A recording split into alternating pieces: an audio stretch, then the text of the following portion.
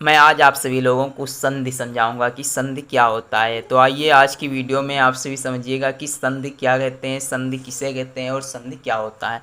तो यदि आप सभी लोग किसी भी कंपटीशन लेवल की तैयारी कर रहे हैं तब भी आप सभी लोग इस वीडियो को देख सकते हो, क्योंकि इस वीडियो में मैं आज आप सभी लोगों को संधि बहुत ही सरल तरीके से समझाऊँगा। तो चलिए आप सभी लोगों को बताता हूँ। देखिए, चलिए आप सभी लोग आज की वीडियो में जानेंगे कि संधि।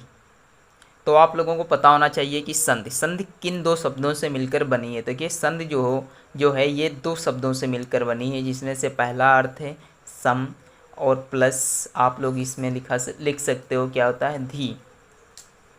सम प्लस धी, यानी ये हमारी दो शब्दों से मिलकर बनी है, सम प्लस धी, यानी बराबर होता है हमारा संधि। तो देखिए, इसमें सम प्लस धनी होता है, इसे कहा जाता है संधि। यानी ये दो शब्दों से मिलकर बनी हुई है, एक का नाम है सम और दूसरे का नाम है प्लस में धी। तो इस प्रकार से हमारी संधि का निर्माण होता है। अब देखिए, आप लोगों को पता होना चाहिए कि इसमें सम क्या है। तो देखिए, जो सम है ये हमारा उपसर्ग होता है। क्या होता है? उपसर्ग। तो आप लोग इसे नोट पॉइंट में करके लिख लीजिएगा। आप लोग ना इसे बुक में देखेंगे, आप लोगों की बुक में क्लास 10th में नहीं है, बट आप लोगों को ये सीख लेना चाहिए। देखिए, उपसर्ग इसमें सम है और जो मेरा ये धी शब्द है इसे कहा जाता है मूल शब्द। क्या कहा जाता है इसे? मूल शब्द। इसे हम लोग कहते हैं मूल शब्द। यानी ये मेरा जो है ये मेरा मूल शब्द है और ये जो सम है मेरा ये क्या है? उपसर्ग है। अब आप लोगों को पता होना चाहिए कि जो संधि है इसका अर्थ क्या होता है, यानी इसका जो अर्थ होता है तो क्या होता है, यानी meaning. What is meaning of संधि? तो देखिए, संधि की जो मीनिंग होती है इसका हिंदी में अर्थ होता है समझौता। क्या होता है? समझौता। समझौता आप सभी लोग कह सकते हो या मेल कह सकते हो। क्या कह सकते हो? मेल। समझौता,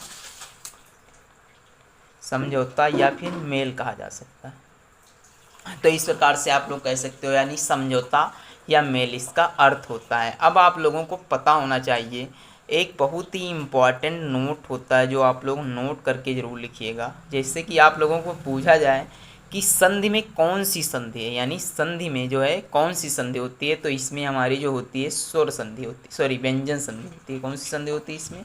इसमें जो है व्यंजन संधि होती है। तो ये आप लोग नोट कर लीजिएगा। यदि आपसे पूछा जाए कि संधि में कौन सी संधि होती है तो आप लोगों को पता होना चाहिए कि इसमें व्यंजन संधि होती है। तो आप लोग समझ गए होंगे कि आप लोगों को अब समझ में आया होगा कि संधि किसे कहते हैं। आप लोग दोबारा एक बार रिवाइज कर लीजिए। देखिए, संधि जो है दो शब्दों से मिलकर बनी है, सम प्लस धी। सम का अर्थ होता है, इस सम जो हमारा है ये मेरा उपसर्ग होता है और धी जो होता है ये मूल शब्द होता है। क्या होता है? ये मूल शब्द होता है। और इसका जो अर्थ होता है मेल, यानी मेल का मतलब होता है एक दो शब्दों को आपस में जोड़ना, यानी टूटे फूटे शब्दों को आपस में जोड़ना, उससे कहा जाता है मेल, यानी समझौता। उसके बाद में इसमें संधि जो बुझे तो आप लोग बता सकते हो व्यंजन संधि है। हो सकता है कि इस बार में 20 नंबर के विकल्प आ रहे हैं, पूछ लिया जाए कि संधि जो है इसमें कौन सी संधि होती है, तो आप लोगों को पता होना चाहिए कि इसमें जो है व्यंजन संधि होती है। कौन सी संधि होती है? व्यंजन संधि होती है। अब आप लोगों को बताऊंगा कि संधि की परिभाषा, और आप लोग अभी तक पढ़ें संधि के बारे में, यानी संधि केवल शब्द के ऊपर आप लोग जानने हैं। आप समझिएगा संधि की परिभाषा। तो देखिएगा आप लोग संधि की परिभाषा क्या होती है। तो देखिएगा, संधि की जो परिभाषा होती है उससे आप लोग लिख सकते हो कि दो निकटवर्ती, क्या? दो निकटवर्ती वर्णों के, दो निकटवर्ती वर्णों के मेल मेल से होने वाले, क्या? मेल से वाले होने वाले विकार को संधि कहा जाता है। यानी होने वाले विकार, विकार का मतलब क्या होता है? होने वाले विकार को संधि कहा जाता है। संधि कहा जाता है। देखिए, आप लोगों को पता होना चाहिए, इसके एक एक वर्ड की आप लोगों को मीनिंग आनी चाहिए, तभी आप लोग हिंदी समझ पाएंगे। हिंदी एक टफेस्ट विषय होती है, बट आप लोगों को ये समझ में आ जाए तो टफ नहीं होती है। देखिए, संधि की परिभाषा है, दो निकटवर्ती वर्णों के मेल से होने वाले विकार को संधि कहा जाता है। विकार का अर्थ होता है घटना। क्या होता है? विकार का अर्थ होता है घटना, यानी घटने का मतलब ये है, जैसे मैंने कोई संधि ली और उसके बाद में, जैसे मान लीजिए मैं आप लोगों को समझा रहा हूँ, जैसे जैसे मैंने लिखा महात्मा। क्या लिखा मैंने? महात्मा। ये मेरा लिखा है महात्मा। क्या लिखा होता है? ये मेरा महात्मा लिखा हुआ है। तो अब आप लोगों को पता होना चाहिए कि इसमें कौन सी संधि है, ये बात की बात है। अब आप लोगों को बता रहा हूँ कि इसमें विकार क्या है। तो देखिए ये मेरा महात्मा लिखा है, इसकी जब मैं संधि विच्छेद करूँगा तो इसे हम लिखेंगे, क्या लिखेंगे हम, इसे हम लिखेंगे महा प्लस आत्मा। क्या लिखेंगे, महा प्लस आत्मा। महा प्लस आत्मा लिखा जाएगा। क्या लिखा जाएगा, महा प्लस आत्मा। अब देखिएगा इसमें जो है एक ये स्वर है और एक ये, तो इन दोनों को हम क्या करते हैं, विकार कहा जाता है। क्या कहा जाता है, विकार। इसे हटा देते हैं और एक हम इस तरह से मात्रा लगा देते हैं, इससे ही हम लिख दिया जाता है महात्मा। तो देखिए इसमें क्या हुआ, विकार हुआ। विकार का मतलब होता है घटना। तो आई होप आप लोग समझ गए होंगे कि संधि की परिभाषा क्या है। जैसे कि आप लोग इतना समझ गए हैं, अब आप लोगों को ये परिभाषा समझ गए हैं तो इसकी दूसरी भी परिभाषा लिख सकते हो यहाँ पास और लगा के, और या। तो और या के बाद में आप परिभाषा इसकी लिखना चाहें तो लिख सकते हो। क्या लिख सकते हो, पहले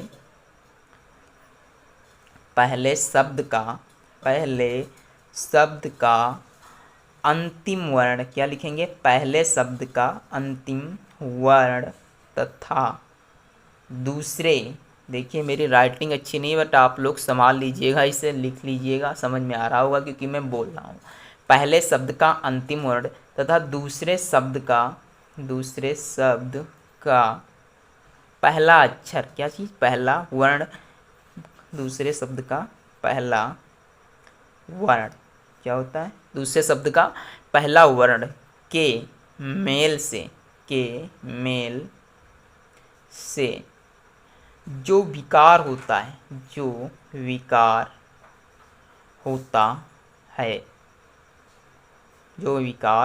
है उसे संधि कहते हैं। क्या कहते हैं, उसे संधि। देखिए मैंने अभी आप लोगों को एक एग्जाम्पल से सिखाया। क्या सिखाया, जिससे कि मैंने महात्मा का ही एक एग्जाम्पल लिया और उसके बाद में मैंने बताया कि जो है कि ये कैसे संधि बनती है और इसमें विकार का क्या अर्थ होता है। तो देखिएगा अभी आप लोग ये समझ गए होंगे कि ये देखिएगा अभी अपने आप लोगों को बताया कि महात्मा का संधि विच्छेद होता है महा प्लस आत्मा। एक बार दोबारा से समझिएगा कि इस परिभाषा का क्या अर्थ है। देखिए आप लोगों को ये दोनों परिभाषा पता होना चाहिए क्योंकि यही परिभाषाएं, हालांकि परिभाषा नहीं बूझी जाती है, जब तक आपको परिभाषा नहीं आएगी तब आप लोग क्या करेंगे। देखिए पहले शब्द का अंतिम वर्ण तथा दूसरे शब्द का पहला वर्ण के मेल से जो विकार होता है उसे क्या कहते हैं, संधि कहा जाता है। तो देखिएगा ये कैसे होता है और इसे कैसे कहा जाता है। तो जैसे मान लीजिए मैंने कौन सी परिभाषा ले ली, जैसे मान लीजिए मैंने लिया विद्यालय। क्या लिया मैंने, विद्यालय। देखिए विद्यालय की संधि विच्छेद आप सभी लोग जानते होंगे क्योंकि इसीलिए मैं सरल सी ही संधि लेता हूँ। तो देखिएगा आप लोग, विद्या की आलय की जब मैं संधि विच्छेद करूँगा तो इसका हो जाएगा मेरा विद्या प्लस आलय। क्या हो जाएगा, विद्या प्लस आलय। अब आप लोग ये समझिएगा इसमें क्या मैंने लिखाया, यहाँ पर लिखाया कि पहले शब्द का अंतिम वर्ण। तो यहाँ देखिए पहले शब्द का अंतिम वर्ण क्या है, आ। तो यहाँ पास हम लिख लेंगे विद्या। क्या लिखेंगे, विद प्लस, और ये वाली मात्रा को हम लोग लिखेंगे आ क्योंकि ये आ की मात्रा आ रही है। और दूसरे शब्द का पहला वर्ण, यहाँ पास आप लोग देख सकते हो मैंने लिखा है कि दूसरे शब्द का पहला वर्ण, मैंने पहला वर्ण ले लिया आ। अब यहाँ क्या लिखेंगे, लय। क्या लिखा जाएगा, लय। अब आप लोगों को ये पता होना चाहिए, क्या ये पता होना चाहिए कि ये जो है इसमें मेल कहाँ से होता है। तो देखिए अभी आप लोगों को बताऊंगा कि छोटा और अब बड़ा मिलकर क्या बनता है, बट आप लोग अभी ये समझ लीजिएगा इसमें विकार क्या होता है और इस शब्द का कैसे इसका संधि विच्छेद होता है। तो देखिएगा यहाँ पास मैं विकार बता रहा हूँ आप लोगों को, ये पॉइंट आप लोग ध्यान रखिएगा। तो देखिएगा यहाँ से मैंने देखा जब छोटा और बड़ा आपस में मिलते हैं तब मेरा क्या बनता है, एक ये मात्रा यानी बन जाती है। तो यहाँ पास क्या होगा, देखिए दो स्वरों का यहाँ पर लिखा मैंने, वर्णों के मेल से जो विकार होता है उसे संधि कहते हैं। तो यहाँ पास मैंने देखा ये विकार हुआ और इसे ये लिख दिया गया विद्यालय। तो आई होप आप सभी लोग ये समझिए होंगे कि विद्यालय में क्या कैसी संधि होती है और इसे कैसे हल किया जाता है। अब आप सभी लोग आगे की वीडियो देखिएगा जो कि बहुत ही सरल होती है और आप सभी लोगों के लिए बहुत ही महत्वपूर्ण है। तो देखिएगा, चलिए आप लोगों को दिखा, आप सभी लोग ये एक जो है कि बहुत ही इम्पॉर्टेंट नोट है, इसे आप लोग अपनी कॉपी में लिख लीजिएगा। जैसे कि आप लोगों को पता होना चाहिए कि संधि हमेशा जो है कैसे शब्दों में बनती है, तत्सम शब्दों में होती है। तत्सम का मतलब होता है संस्कृत यानी संस्कृत के जो वर्ण होते हैं या संस्कृत के जो वर्ड होते हैं उसी में क्या होती है, संधि होती है। तो आप सभी लोगों को ये पता होना चाहिए कि संधि हमेशा तत्सम शब्दों में होती है।